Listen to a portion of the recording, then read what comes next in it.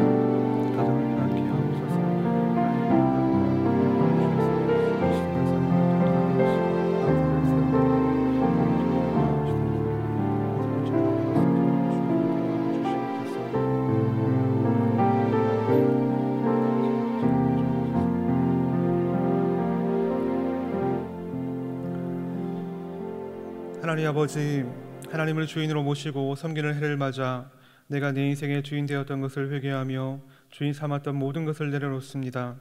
하나님을 나의 진짜 주인으로 모시고 살아가게 도와주옵소서.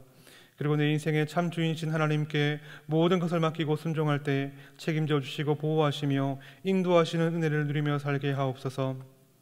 나라와 이 시대를 지키시고 교회와 다음 세대를 지킬 수 있도록 포괄적 차별금지법과 포괄적 성교육을 막아주옵소서. 이뿐만 아니라 교회를 무너뜨리려고 하는 모든 악한 정책과 시도들이 무너지게 하옵소서.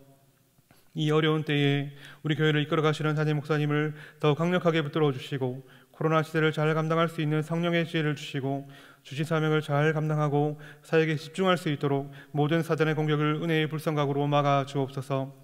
특별히 건강을 지켜주시고 목사님의 가정을 성령께서 평안케 하옵소서.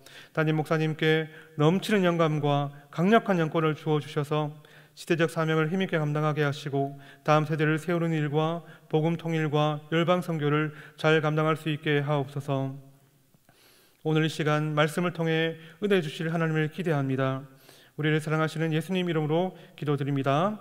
아멘. 오늘 우리에게 주시는 하나님의 말씀은 고린도후서 7장 8절부터 11절입니다. 신약성경 292면에 있습니다. 8절부터 11절 한 절씩 교독하시겠습니다. 그러므로 내가 편지로 너희를 근심하게 한 것을 후회하였으나 지금은 후회하지 아니함은 그 편지가 너희로 잠시만 근심하게 한 줄을 알미라.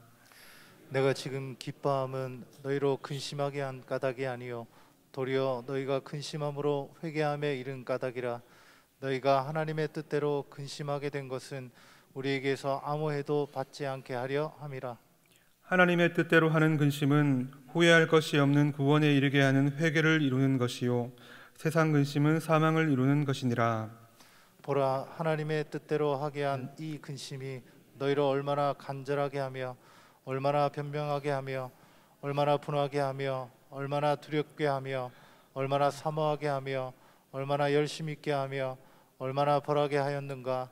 너희가 저 일에 대하여 일절 너희 자신의 깨끗함을 나타내었느니라. 아멘. 근심 교체라는 제목으로 말씀을 전하고자 합니다.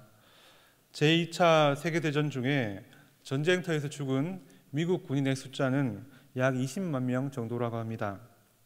그런데 나중에 충격적인 조사 결과가 발표되었습니다. 미국 본토에서 자녀를 전장에 보내고 근심이 깊어져서 스트레스를 받거나 심장마비로 죽은 사람의 숫자가 무려 100만 명에 이른다는 결과입니다. 전장에서 총에 맞아 죽은 사람 숫자보다 근심하다 죽은 사람의 숫자가 5배나 더 많다는 것입니다. 총보다 무서운 것이 근심이라는 말이죠. 이외에도 근심은 우리 몸의 순환기관, 심장, 또 신경계통 등에 영향을 주어서 건강을 크게 해치게 한다고 합니다. 그리고 수명도 단축시키고 사람을 무기력하게 만들어서 삶이 무너지게끔 만들기도 합니다. 그래서 잠언 17장 22절은 이렇게 말하고 있습니다. 함께 읽겠습니다. 마음의 즐거움은 양약이라도 심령의 근심은 뼈로 마르게 하느니라. 사람의 뼈가 얼마나 단단합니까? 그런데 그 뼈도 이 근심을 마르게 할 수 있다 합니다. 급기야 오늘 본문 10절 끝에 보면 이렇게 말하죠. 근심은 사망을 이루는 것이니라. 근심은 정말 우리에게 해롭고 가능하면 없으면 좋을 존재입니다. 그럼에도 사람들은 우리의 삶을 보면 삶은 근심의 연속이지요. 심지어 그래서 어떤 동물학자는 이렇게 말했다고 합니다. 실존하는 생물 중에 위장에 구멍이 생기도록 근심을 하는 생물은 아마 사람밖에 없을 것이다. 그렇게 사람은 근심을 가까이 하고 또 많이 하고 있습니다. 먹고 사는 일, 가족들의 건강, 또 자녀들의 미래, 또 본인의 노후, 환경과 나라 온통 근심거리 뿐입니다. 설상가상으로 작년부터 시작된 코로나 때문에 우리의 근심은 더 깊어져 가는 것 같습니다. 걱정을 해서 걱정이 없어지면 걱정이 없겠네라는 티베트 속담처럼 걱정을 아무리 해도 또 근심해도 해결되는 것이 하나 없지만 사람들은 좀처럼 쉽사리 근심을 떨쳐버리지 못하고 있습니다. 바울은 오늘 본문에서 이런 근심을 세상 근심이라고 이름 짓고 있습니다. 그리고 이 세상 근심에 매이면 후회만 남고 백해무익하다, 아무런 유익이 없다라고 말합니다. 예수님도 비슷한 말씀을 하셨습니다. 요한복음 14장 1절 같이 읽습니다.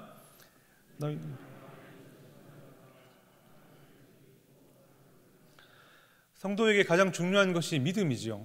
그 믿음인데 그 믿음에 반대되는 것이 바로 근심이라고 예수님은 빗대어 말씀하고 계십니다. 그렇게 근심은 우리 성도와 어울리지 않는 것입니다. 사랑하는 여러분, 근심거리가 생기셔도 절대 그것에 빠져 계시지 않기를 축복합니다. 근심에 빠져서 자신의 영혼을 괴롭히고 또 사람 찾아다니고 세상 방법을 찾기보다 그렇게 시간과 에너지를 허비하는 대신에 하나님 앞에 가셔서 그 근심거리를 기도로 해결하는 여러분 되시기를 축복합니다. 그런데 오늘 본문에서 바울이 말하는 핵심은 근심하지 말라가 아닙니다. 오히려 반대입니다. 바울이 말하는 핵심은 근심하라입니다. 그것도 제대로 근심하라, 그렇게 강조하고 있습니다. 왜 갑자기 말을 바꾸는 것일까요? 예수님도 근심하지 말라고 하셨고 바울 자신도 근심하게 한 것을 후회한다고 했다가 왜 반대로 근심하게 되어서 고린도 성도들이 근심하게 되어서 기쁘다고 하면서 더욱 근심하라, 그렇게 말하는 것이겠습니까? 그것은 성도에게 꼭 필요한 근심이 있기 때문입니다. 바울은 그 근심을 하나님의 뜻대로 하는 근심이라고 이름 짓고 있습니다. 줄여서 영적 근심이라 할 수 있겠습니다. 정리하면 성도라면 세상 근심은 멀리하고 기도로 이 세상 근심을 이겨내야 하지만 이와 동시에 하나님의 뜻대로 하는 근심, 영적 근심은 꼭 해야 한다고 길게 강조하고 있는 것입니다. 그 이유로 바울은 이 영적 근심에는 여러 가지 유익이 있기 때문이다라고 설명하고 있습니다.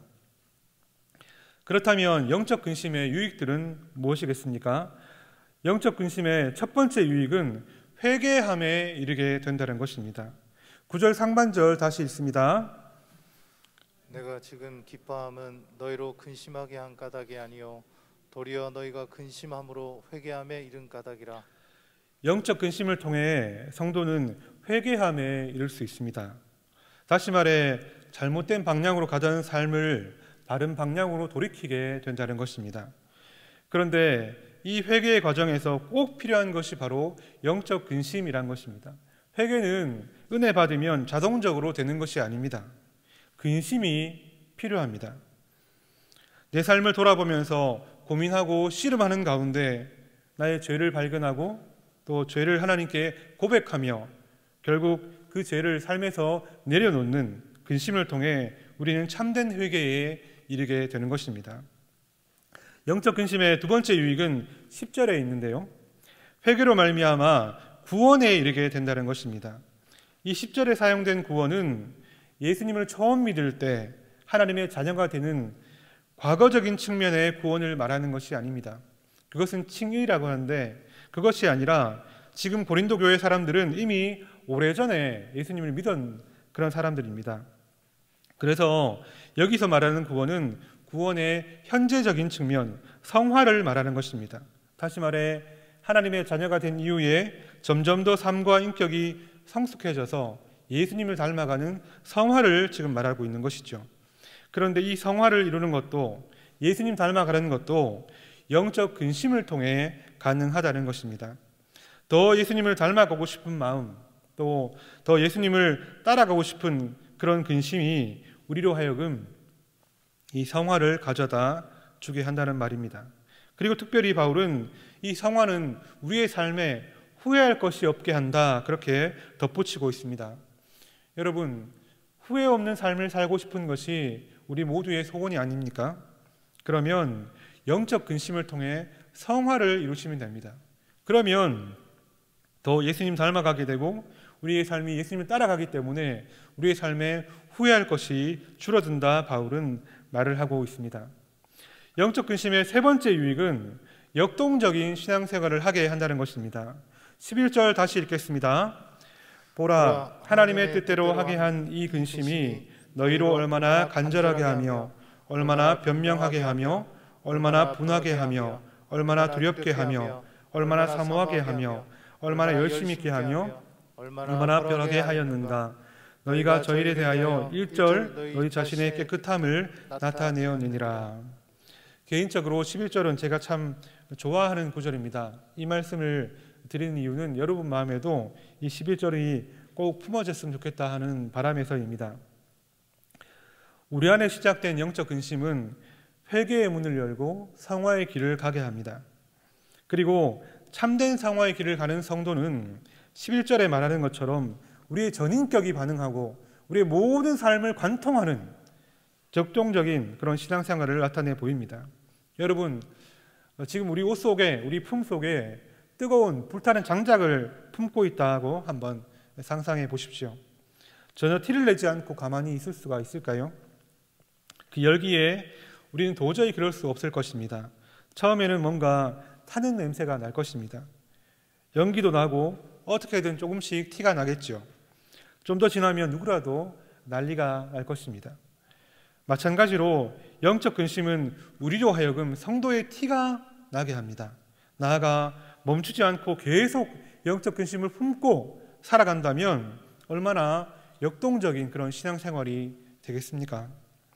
하나님께 얼마나 더 간절해지고 얼마나 더 복음을 전하고 싶어 하게 되고 또 우리의 죄 때문에 얼마나 분하고 또 죄를 미워하게 되고 또 얼마나 더 하나님을 경외하며 얼마나 더 사람과 또 하나님을 사랑하게 되겠습니까? 우리의 헌신도 달라질 것이며 우리는 깨끗한 하나님의 사람이 될 것입니다. 사랑하는 여러분, 영적 근심으로 불타는 성도가 되셔서 전인격적인 변화가 있는 역동적인 신앙생활을 하시기를 축복합니다. 그러면 어떻게 하면 우리가 영적 근심을 제대로 할 수 있을까요? 그 방법을 살피면서 말씀을 맺고자 합니다. 영적 근심의 방법은 바울의 말에 그 답이 들어 있습니다. 바울이 영적 근심을 본래 무엇이라고 기록하고 있습니까? 하나님의 뜻대로 하는 근심이라고 기록하고 있죠. 이 구절을 바울은 9절, 10절, 11절 반복해서 말하고 있습니다. 하나님의 뜻, 이 하나님의 뜻이 바로 영적 근심의 핵심입니다. 고린도 성도들이 바울이 쓴 편지를 통해 그 편지를 읽고 나서 하나님의 뜻을 깨닫고 잘못된 근심을 버리고 영적 근심을 했던 것처럼 우리도 이 세상의 여러 근심거리를 내려놓고 하나님의 뜻만, 이 하나님 뜻만 붙잡는다면, 그것 가지고 고민한다면 그것이 바로 영적 근심이 된다는 것입니다. 쉽게 말해 이 하나님의 뜻이 가장 분명하게 기록되어 있는 이 성경을 늘 가까이 하면서 말씀 붙들고 근심하는 것이죠. 말씀을 통해 하나님의 뜻을 더 잘 깨닫고 거기에 내 삶을 맞추려고 고민하고 씨름하는 것이 영적 근심의 유일한 방법이라고 말하고 있습니다. 그러므로 여러분, 이제부터 근심 교체를 하시기 바랍니다. 우리의 몸의 에너지가 한계가 있듯이 우리의 마음의 에너지도 마찬가지입니다. 경우에 따라 좀 더 힘을 내는 경우도 있고 또 좀 더 마음의 힘이 강한 사람도 있지만 근심할 에너지는 한계가 있습니다. 그래서 이 세상 근심에 사용될 에너지를 하나님을 위한 영적 근심을 옮겨가면 자연스레 걱정할 힘이 떨어지기 때문에 이 세상 근심을 덜 하게 될 것입니다. 열심히 근심하시되 제대로 근심하시기 위해서 세상의 말들이 아닌 하나님의 말씀을 가지고 붙잡고 영적 근심의 내용을 교체하십시오. 하나님의 말씀대로 생각하고 말씀대로 행동하기 위해 근심하시기 바랍니다. 그리고 살아가다가 참 이해가 되지 않는 삶의 순간을 만날 때 그것조차 하나님의 뜻 안에 있다는 말씀을 꼭 기억하시고 붙잡고 말씀 안에서, 은혜 안에서 해석하기 위해서 근심하시기 바랍니다. 그럴 때 하나님께서 은혜를 주시고 그것을 깨닫게 하셔서 나아가 더욱더 하나님을 사랑하고 바르게 헌신하는 영적 변화를 경험하실 줄 믿습니다. 아무쪼록 바울이 말하는 것처럼 근심을 교체하심으로 제대로 근심하는 성도가 되셔서 하나님이 약속하신 은혜를 누릴 뿐 아니라 은혜 받은 티가 확실히 나는 성도, 진짜 기쁘고 역동적인 삶을 사는 성도가 되시기를 주님의 이름으로 축복합니다. 말씀을 기억하시며 앞에 있는 기도 제목을 함께 읽고 잠시 기도하겠습니다. 함께 읽습니다. 우리를 위해 풍성한 은혜를 예비해 두신 존귀하신 하나님, 이제부터 세상 근심을 내려놓고 영적 근심을 할 수 있도록 근심 교체의 은혜를 허락해 주옵소서. 하나님의 뜻대로 근심함으로 회개의 문을 열고 성화의 길을 걸어감으로 더욱 예수님을 닮아가고 소망 없는 세상에 참된 기쁨과 생명 되신 예수님을 전파하는 역동적인 신앙생활을 하게 하소서. 기도하겠습니다. 하나님 아버지, 우리에게 은혜를 주셔서 오늘도 말씀을 해주시니 감사합니다. 우리에게 예배된 풍성한 은혜를 기억하며 하나님 아버지, 제 세상을 십자가대로 영적 근심을 할 수 있도록 도와주옵소서. 근심 교체의 은혜를 허락해 주옵소서. 하나님 뜻대로 근심하고 회개의 문을 성화의 길을 걸고 더욱더 예수님 닮아가서 우리 자신이 기쁨이 아니라 이 소망 없는 세상에 기쁨과 참 생명의 그런 빛을 예수님을 보여주고 전파하며 예수님을 보고 그 냄새를 맡을 수 있는 우리 모두의 삶이 될 수 있도록 주여 도와주옵소서. 하나님 아버지, 은혜를 내려 주시옵소서.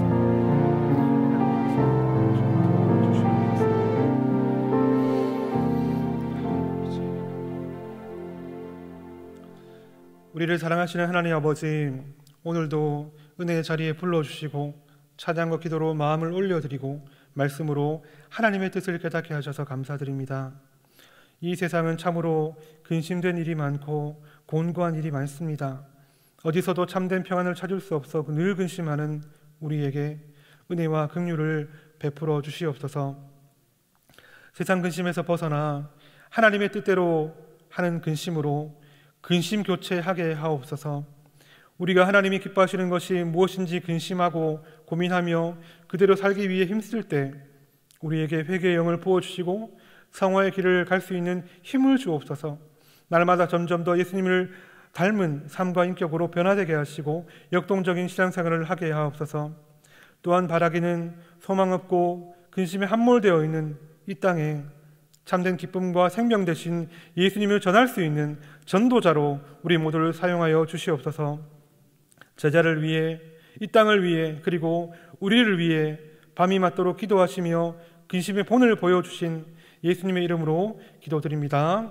아멘. 계속해서 담임 목사님과 교회, 나라와 민족과 선교사님을 위해 기도해 주시고 기도회를 마무리해 주시기 바랍니다.